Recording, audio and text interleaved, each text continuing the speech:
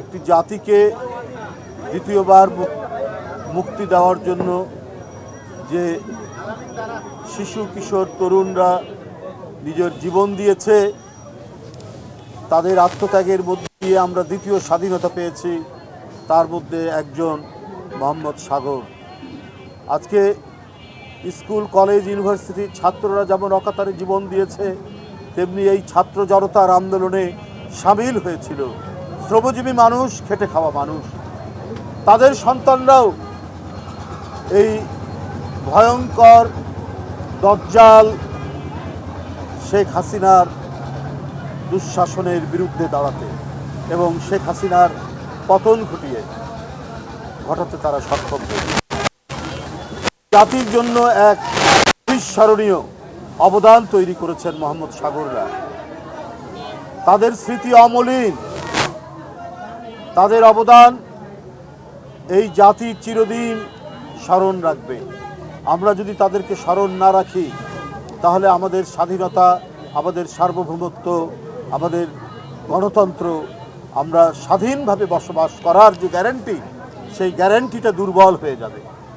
এই যে শ্রমজীবী মানুষের সন্তান মোহাম্মদ সাগর, বাবা রিক্সা চালাতো, সাগরও রিক্সা চালাতো, অথচ দেখুন জনতার কাতারে সামিল হয়ে নিজের জীবন দিয়ে আজকে দেশকে মুক্ত করে গেছে। আমরা শুধু নয়, বাপ মায়েরা পর্যন্ত গ্রেপ্তার বা নানা ধরনের নির্যাতনের শিকার। সেইটা এই হাজারের উপর স্কুল কলেজ বিশ্ববিদ্যালয়ের ছাত্রছাত্রী আর সাগরদের মতো শ্রমজীবী মানুষ যারা রিক্সা চালাতো, তাদের রাস্তায় নেমে আসার কারণে আমরা সেই মুক্তিটা পেয়েছি। শিয়া বাটার ও ভিটামিন ই সমৃদ্ধ lily glam beauty soap. Lily, always beautiful. তবে আমি আপনাদের কাছে বলি, নানা ধরনের দুরভিসন্ধি এখনো চলছে। আমাদের এই বিজয়কে নস্যাৎ করার জন্য যারা অসন্তুষ্ট হয়েছে, তারা কিন্তু থেমে নেই। যারা পরাজিত হয়েছেন, তাদের ছিল অনেক কালো টাকা, তাদের আছে অনেক কালো টাকা। তারা বিভিন্ন জায়গায় ঘাপটি মেরে বসে আছে। আজকে আমরা আশুলিয়ায় দেখছি গার্মেন্টস শ্রমিকদের অবস্থান। তাদের ন্যায্য দাবি যেটা, সে ন্যায্য দাবির পূরণের ব্যাপারে আমাদের কোনো দ্বিমত নেই, কিন্তু কেবল একটি রাজনৈতিক সংগ্রামের মধ্যে দিয়ে বিজয় হচ্ছে। তাদেরকে কে এখন উস্কানি দিচ্ছে? এই অদৃশ্য শক্তি কারা?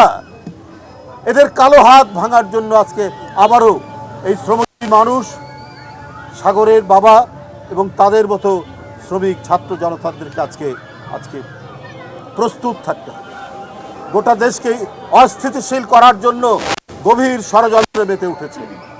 এখন তো আমরা আলাপ আলোচনার মধ্যে দিয়ে অনেক সমস্যার আমরা নিরসন করব, কিন্তু এখন আবার রাস্তায় ব্যারিকেড এবং দেশটাকে নানা দুর্যোগের মধ্যে ঠেলে দেওয়ার পায়তারা করছে যারা, তাদেরকে আপনারা সবাই চেনেন, আমরা সবাই চিনি।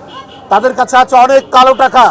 এই কালো টাকা ছড়িয়ে তারা এক ধরনের অস্থিতিশীলতা তৈরি করছে এবং আরও করতে পারে। এই জন্য সবাইকে আজকে সতর্ক থাকতে হবে।